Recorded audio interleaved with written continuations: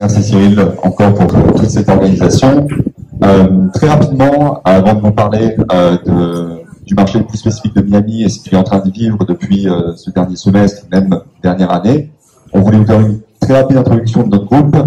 Pour ceux qui ne connaissent pas, Barnes, nous sommes un groupe de environ 90 bureaux présents dans plus de 15 pays, avec tous des clients multi-villes, multi-projets. C'est-à-dire qu'aujourd'hui, l'immobilier reste notre cœur d'action, mais on a aussi des départements, que ce soit pour le yachting, pour l'aviation privée, pour les collectionneurs de vin, et évidemment tout ça intégré au sein du même groupe. Donc nos clients sont ce qu'on appelle des clients multi-villes, multi-projets, qui au sein du même groupe peuvent, que ce soit pour la gestion de leur patrimoine, que ce soit pour leur gestion immobilière, que ce soit pour l'investissement dans différents types de structures, on peut les accompagner dans toutes les villes où nous sommes présents. Ça, c'est quelques chiffres du groupe. Également, Barnes Miami, nous sommes présents à Miami depuis environ 15 ans. Donc, ça fait 15 ans que nous accompagnons nos clients francophones et étrangers, que ce soit dans leur projet d'acquisition ou de vente, que ce soit bien à Miami ou à l'étranger, dans nos 90 bureaux dans lesquels nous sommes implantés dans le monde. Également, nous avons une équipe de franco-américains de consultants. Nous sommes environ une vingtaine d'agents à l'heure actuelle. Nous proposons non seulement tout ce qui est acquisition, vente, location, mais nous avons aussi une division de property management pour nos clients investisseurs. Donc, nous manageons aujourd'hui une soixantaine de propriétés dans lesquelles nous gérons. Également, très important, nous avons aussi une division de relocation pour toutes les familles francophones ou étrangères qui ont un projet d'expatriation à Miami. Nous avons des consultants qui peuvent vous accompagner, que ce soit dans votre recherche scolaire pour vos enfants, ou bien en vous présentant nos contacts, que ce soit Expo, en l'occurrence, ou avec Métropoirier, mais aussi en ouvrant notre portefeuille de contacts, que ce soit avec nos banquiers ou nos fiscalistes. Donc très rapidement, évidemment vous êtes tous locaux, mais le Miami d'aujourd'hui qu'on connaît, c'est connu pour l'hospitality, pour la croisière, pour le pôle aéronautique, qui sont tous des métiers qui sont actuellement remis en question avec le Covid, mais Miami est en train de changer dynamiquement, grâce notamment au télétravail, on en parlera un peu plus en détail tout à l'heure, et Miami maintenant attire beaucoup de hedge funds, des boîtes de fintech, beaucoup aussi de personnes qui ont la liberté de travailler de la maison, donc qui vont partir de Californie, New York ou d'autres États pour s'installer ici, et toute l'économie de la ville est en train de renaître sous justement et se détache un petit peu du tourisme et sur laquelle elle vivait beaucoup. Et aussi une des raisons, vous savez probablement pourquoi beaucoup de gens viennent de plus en plus ici, c'est que toutes les multinationales maintenant s'installent ici pour des questions fiscales, mais aussi pour des questions de qualité de vie. Pour attirer de différents talents de partout aux États-Unis, Miami est une ville très attractive. Et c'est vrai qu'aujourd'hui, une statistique, ça c'est une statistique de 2019 et 2020, je pense que ce chiffre sera encore plus grand. Il y a environ 950 nouvelles personnes qui arrivent par jour en Floride, donc plus des 2/3 arrivent à Miami. Également, si je peux ajouter quelque chose, c'est pas écrit ici, mais Miami est la 4e ville des États-Unis dotée du meilleur retour d'investissement immobilier. Donc, à la suite de cette présentation, on va parler un petit peu de différentes opportunités. Aline en parlera beaucoup plus en détail, vu que c'est son secteur de vie, mais c'est vrai que Miami attire parce que justement on n'a pas ces state tax qu'il y a dans toutes les grandes métropoles. Aujourd'hui, il n'y a pas de métropole américaine, hormis peut-être peut-être Las Vegas, qui n'est pas vraiment une vraie métropole, où on a ces avantages de ne pas avoir de state tax ou de city tax, donc ce qui attire vraiment beaucoup de monde en ce moment. Les tendances du marché, donc aujourd'hui c'est assez intéressant. On était jusqu'à présent dans un très très gros buyer's market depuis 2 ans. Vraiment, suite au Covid, ça a accéléré les choses, mais les tendances sont en train de s'inverser énormément, et notamment sur quelques types de produits. Mais aujourd'hui, on voit une dynamique des 2 derniers quarts de 2020 qu'on n'a pas vu depuis au moins 2015. Ce qui est intéressant aujourd'hui, c'est le marché locatif, parce que Miami fait partie, avec Manhattan et Brooklyn, des villes qui ont le plus grand nombre de locataires par habitant. Donc à Miami, si vous prenez 10 habitants, 7 sont locataires, 3 sont propriétaires. Donc c'est par rapport à d'autres grandes villes, on ne voit pas ça du tout. Et cette année, on a une année record de relocation. Il y a 4 fois plus de relocation en 2020 à Miami qu'on est par rapport à l'année 2019. Et aussi, ce qui n'est aussi pas négligeable, c'est que Miami est un État, la Floride est un État landlord-friendly, dans le sens que il y a les lois fédérales, les lois de l'État de Floride vont avoir tendance à plus avantager les landlords plutôt que les tenants. À l'inverse, des États comme l'Illinois, où là, ça va être plutôt tenant-friendly. Et juste à titre d'exemple, nous, on le voit dans nos mandats depuis à peu près 6 mois, la durée d'une location sur le marché, quel que soit le montant, que ce soit une location à $2,000 ou une location à $25,000, c'est rarement resté plus de, en ce moment, entre 7 et 10 jours, grand maximum sur le marché. Même dernièrement, c'est plus de 3-4 jours ou quelque chose, où on voit vraiment qu'il y a un inventaire locatif qui est vraiment de plus en plus faible. Également, Miami attire beaucoup la clientèle internationale parce que c'est ce qu'on appelle un prime market encore très abordable. C'est-à-dire que si on prend les propriétés parmi les plus exclusives à Miami, on est quand même sur un prix au square foot qui est bien inférieur aux grandes villes comme New York ou même Londres ou Paris. Donc c'est vrai qu'aujourd'hui, pour un investisseur, en général, c'est très rare de pouvoir investir réellement sur l'immobilier haut de gamme parce que ça va sûrement donner généralement très peu de retour sur investissement et beaucoup de contraintes et pas forcément les plus-values, on va les faire plutôt sur d'autres produits. Ce qui est intéressant à Miami, c'est qu'on est vraiment un prix au square foot qui est relativement faible par rapport aux grandes villes que vous voyez ici, et ça c'est extrêmement petit, mais vous voyez le nombre de mètres carrés que vous pouvez avoir à Miami versus les grandes villes, et c'est vrai que ça va parfois du simple au double, triple, selon les cas. Ce qui est assez intéressant aujourd'hui, c'est maintenant comment le marché est dynamisé. Je vais juste vous montrer le trait qui a plus de sens avant.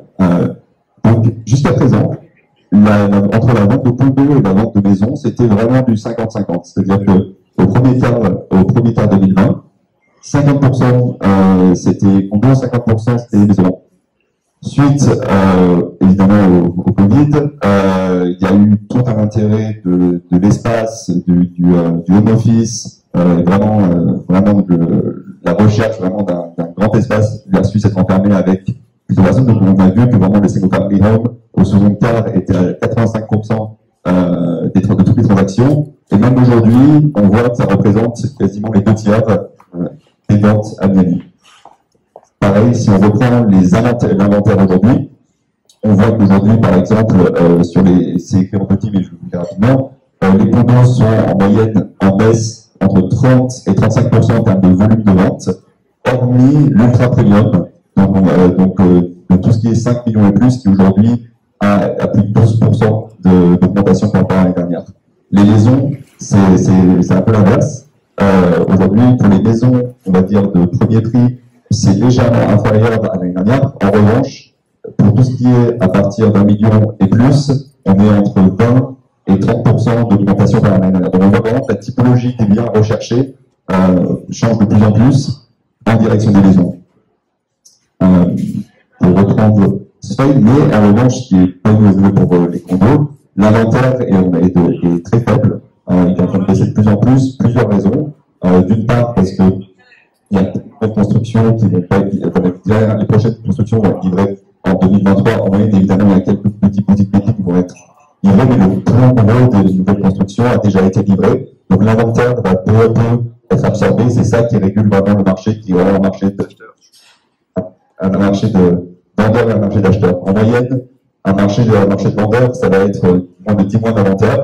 Aujourd'hui, on est toujours autour de 15 mois d'inventaire, donc on bascule doucement vers un marché de vendeurs. Ça, c'est pour vous montrer le nombre de condos qui ont été livrés au fur et à mesure des années. Donc, évidemment, avant 2008, il y a un inventaire qui était très fort, qui était monté à 12 000. Redesser, on était à un marché de hausse En 2014, quand le marché était très haut, parce qu'on avait un inventaire qui était très faible, il est remonté, le marché était un marché de bailleurs jusqu'à l'année dernière, en 2019, où là, il y avait vraiment beaucoup de condos livrés. Et là, on voit qu'aujourd'hui, on en a un pas très faible, donc on peut imaginer que ça peut être on bascule doucement vers un marché de vendeurs. Et il y a tellement d'opportunités d'encore avoir des opportunités de buyers market, notamment avec des vendeurs internationaux qui souhaitent vendre rapidement. Donc c'est vrai que là, on est vraiment dans une transition intéressante, notamment grâce au télétravail qui attire beaucoup de monde à Miami et aussi aux avantages fiscaux. Donc ça, c'est très rapidement quelques statistiques sur l'inventaire. Également, ce qui accélère le calendrier de pas mal d'acquéreurs, c'est qu'on est à des taux d'intérêt historiquement faibles. La Fed a vraiment tout fait pour relancer l'économie et inciter à l'investissement. Donc aujourd'hui, c'est la moyenne, c'est de 85, mais ça peut être même beaucoup moins pour certaines personnes. Donc beaucoup de gens ont accéléré leur calendrier pour profiter des taux très faibles. Parce que si on regarde, par exemple, on est quasiment au tiers de ce qu'on était il y a 10 ans. Donc c'est vrai que ça incite beaucoup à l'achat.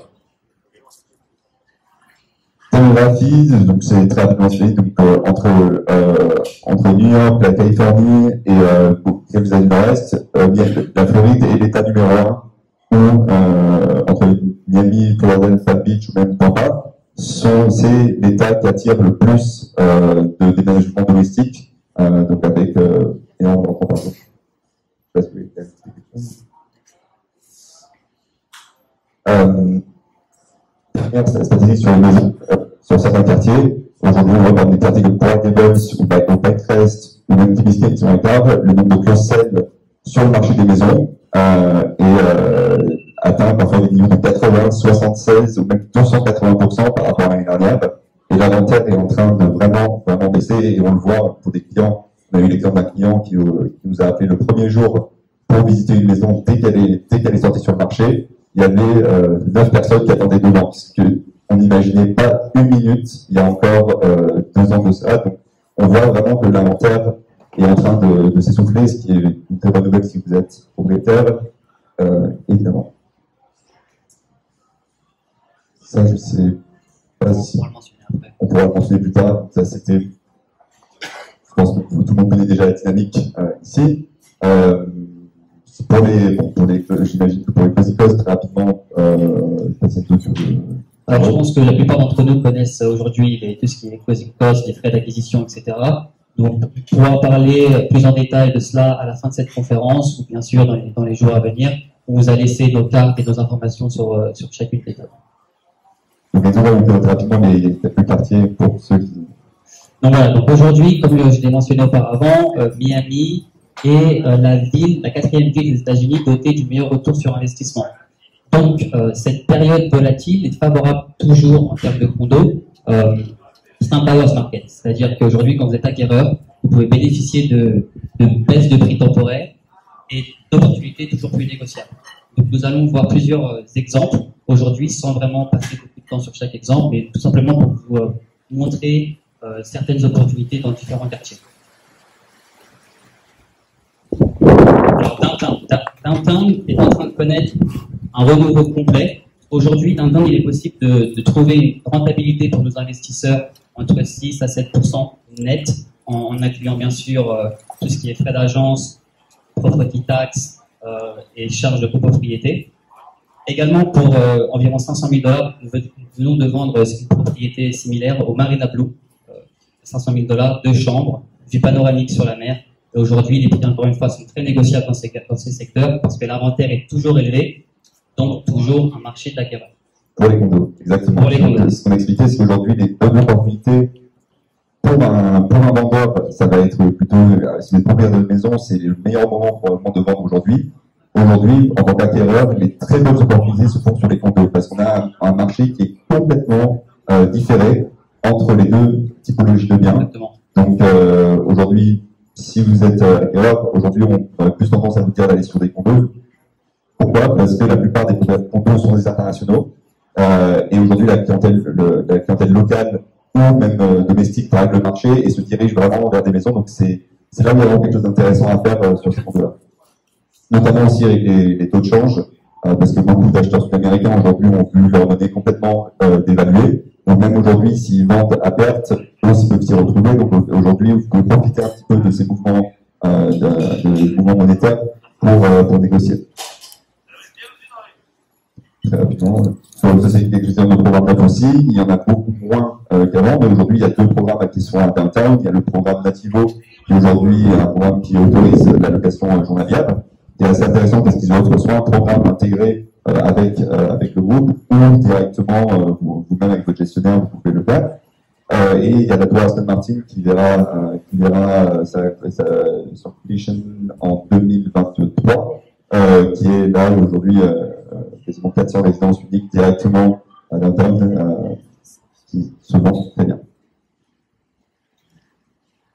Alors, Downtown de demain. Alors, je ne sais pas si la plupart de vous le savent, mais aujourd'hui, Downtown est en train de connaître un renouveau complet. C'est-à-dire que nous avons un investissement de plus de 5,5 milliards de dollars qui est en train d'être fait actuellement à Downtown. Donc, non seulement le fait que Downtown reste un quartier qui est très favorable à l'investissement, notamment grâce à la rentabilité, mais aussi à une plus-value qui est fort probable. Brickell, un autre quartier très intéressant concernant la demande de location. Il est aussi possible de faire du saisonnier à Brickell. Il existe plusieurs immeubles, notamment l'Icon dans la tour 3, où nous pouvons avoir des rentabilités supérieures à 7-8% net en faisant du journalier. Également, ces immeubles, on peut faire du journalier, mais nous pouvons aussi faire de la location sur du long terme. C'est-à-dire que voilà, en période de coronavirus, où il y avait des restrictions de 30 jours minimum, nos propriétaires, les vendeurs, pouvaient effectivement mettre leur appartement à louer sur du long terme, 1 an ou plus.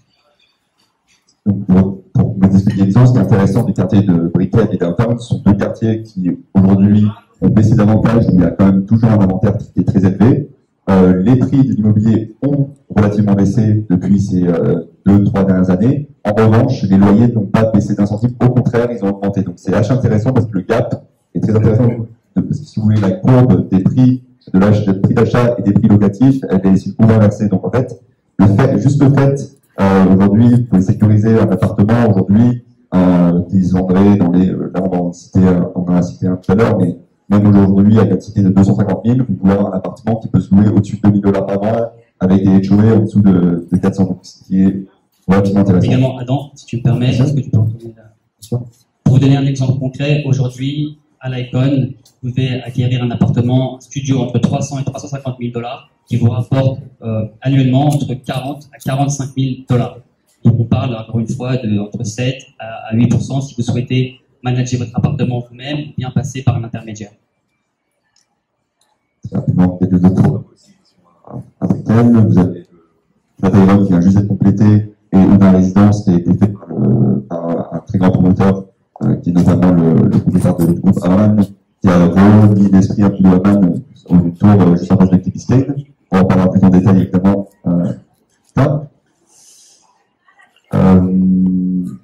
Encore une fois, Miami Beach. Donc, Miami Beach, tout le monde connaît Miami Beach. Aujourd'hui, Miami Beach, c'est très intéressant aussi parce que l'inventaire est très élevé. En termes de condominium, il y a un surplus d'inventaire. Donc, on peut vraiment bénéficier d'une baisse de prix temporaire et de négociation.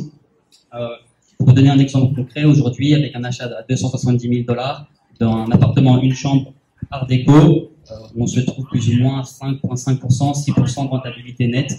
Et encore une fois, la demande locative est très élevée. On a loué cet appartement en même pas une semaine. Quelques points d'exception également. Aujourd'hui, les promoteurs jouent un peu plus de flexibilité, vu que ça dépend beaucoup de la clientèle internationale. Aujourd'hui, les promoteurs offrent un peu plus de flexibilité qu'avant, notamment sur, ça peut être des années de HOA payés, ça peut être sur des différentes choses. Donc aujourd'hui, notamment ceux qui sont quasiment en cours de livraison ont une flexibilité qu'on ne voyait pas il y a encore quelques mois. Tu veux parler très rapidement. Pour Grove, encore une fois, la même chose. Voilà, l'objectif, c'était vraiment de vous montrer les opportunités du moment, que ce soit si vous souhaitez acquérir ou vendre, dépendant de votre projet et du quartier, ça peut être... Ce qui est assez intéressant, c'est aussi, Miami maintenant devient vraiment une grande place pour tous les architectes pour poser la première pièce de leur édifice sur Skyline. Donc c'est vrai qu'entre Norman Foster-Zad, Herzog et De Meuron, Adrian Smith, Enrique Dantan et beaucoup d'autres, Jean Nouvel qui fait un projet juste à côté, c'est vrai que le Skyline de Miami est maintenant dynamisé par les plus grands architectes mondiaux. Donc c'est vrai qu'à l'heure d'aujourd'hui, entre la venue des différentes personnes, que ce soit de New York, d'Europe, d'Amérique du Sud, ça attire aussi tous les plus grands talents architecturaux à Miami. Quelques avantages du neuf, c'est un échelon payant qui se fait en général, qui est fractionné sur 2 à 3 ou 4 ans selon le moment où vous achetez. Vous pouvez avoir 20% à la signature, 30% durant le processus, souvent et 50% à la livraison. Aujourd'hui, les promoteurs maintenant se rendent compte que ils doivent faire appel à plus de flexibilité. Donc à l'heure d'aujourd'hui, certains promoteurs maintenant peuvent vous livrer un appartement avec uniquement un deposit de 10 à 20% et le solde à la livraison, chose qu'on ne voyait absolument pas avant, où là c'était vraiment les 50% avant la livraison qui étaient pas flexibles du tout. Et en termes de locatif, on l'a vu, dès que vous avez un programme neuf qui est livré, ça attire énormément de locataires parce qu'ils veulent le dernier immeuble avec les dernières appliances et en général tout sous garantie. Donc c'est vrai que en termes de revenus locatifs, nos clients ont toujours été très heureux avec les programmes à livraison. Et également, il est possible de se faire financer les 50% qui restent à la fin. Évidemment. Un autre type de bien qu'on voit régulièrement sont les beaux triple net.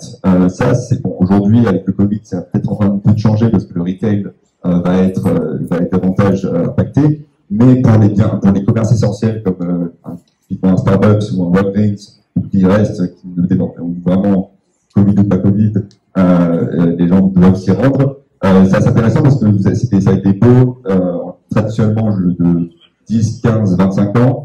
Avec où le tenant prend en charge évidemment les charges, les taxes et tout le contrôle du building, même le toit. Donc c'est vraiment en fait aucun risque pour l'investisseur et avec une rentabilité progressive qui commence à, par exemple pour celui-ci, c'est 7% avec une augmentation de 5% tous les 3 ans.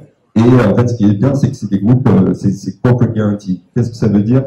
C'est que c'est des groupes qui sont cotés en bourse. C'est pas des franchisés. Enfin, on essaie de choisir uniquement sur la corporate warranty, ce qui fait que même si demain l'emplacement ferme, le locataire s'en va, le groupe s'engage à vous payer l'intégralité du bail jusqu'à la fin de sa maturité. Donc c'est très important aussi de regarder ceux qui sont corporate guarantee ou pas, et parce que ça vous donne vraiment une assurance d'un revenu constant pendant jusqu'à 20 ans, 25 ans, selon l'opportunité. Concernant le saisonnier, on en a un peu discuté. Aujourd'hui, le classement du prix moyen par nuit à Miami est le plus élevé devant Boston, Los Angeles et même Dubaï. Donc encore une fois, le saisonnier reste quand même très attractif, même en période de Covid. Miami est une des très rares villes aujourd'hui qui est encore ouverte, donc on le voit, c'est peut-être même la seule ville américaine à l'heure d'aujourd'hui qui quand même attire encore un peu de tourisme. Ça, vous pouvez le voir même aujourd'hui, vous sortez n'importe quel restaurant, ça va être relativement plein. Donc, ce qui est assez intéressant, c'est que les prix ont quand même été impactés par le Covid pour le saisonnier. En revanche, on sait que la demande va repartir très rapidement, donc c'est aussi l'occasion, ce petit créneau, pour jouer sur quelques propriétaires de fonds de hôtels ou des promoteurs qui vendent des programmes qui sont vraiment axés sur le saisonnier, pour avoir cette flexibilité, parce qu'on sait que le tourisme repartira relativement rapidement, donc c'est un créneau assez intéressant là-dessus. Ça, c'est intéressant pour les multifamilies. Ça attire aussi beaucoup d'investisseurs, parce que ça va être des petits immeubles avec ça peut aller de 10 à 30 unités, où là, vous avez des locataires long terme. Ou typiquement, par exemple, on est en train de vendre à un de nos clients un immeuble en fait qui est opéré déjà par quelqu'un qui s'occupe de faire du short term, où c'est un immeuble où légalement ça peut être fait. Notre client reçoit un loyer ponctuel annuel de l'ordre d'à peu près de 7% du prix d'achat tous les ans avec l'opérateur, et l'opérateur en fait prend tout ce qui est au-dessus. Donc ça c'est assez intéressant parce que ça permet d'avoir vraiment un état d'esprit serein, tout en ayant une propriété où on peut faire du saisonnier dessus, et après le jour où le bail termine, à ce moment-là, soit l'investisseur peut l'opérer lui-même avec la personne qui l'embauche, ou garder cette structure. Également en single family, donc des maisons Aujourd'hui, les maisons, on a le droit aussi de faire du saisonnier.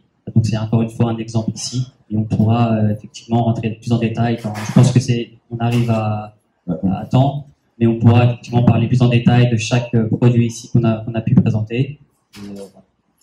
Déjà, merci beaucoup. Merci beaucoup à Adam et Enzo de cette présentation. Merci au groupe Barnes d'être venu. Et puis, on prendra les questions pour le groupe Barnes à la fin des présentations. Alors, on va accueillir Aline Darmoni du groupe Exco. Et puis, je vais en profiter pour démarrer, pour vous présenter un petit peu le groupe.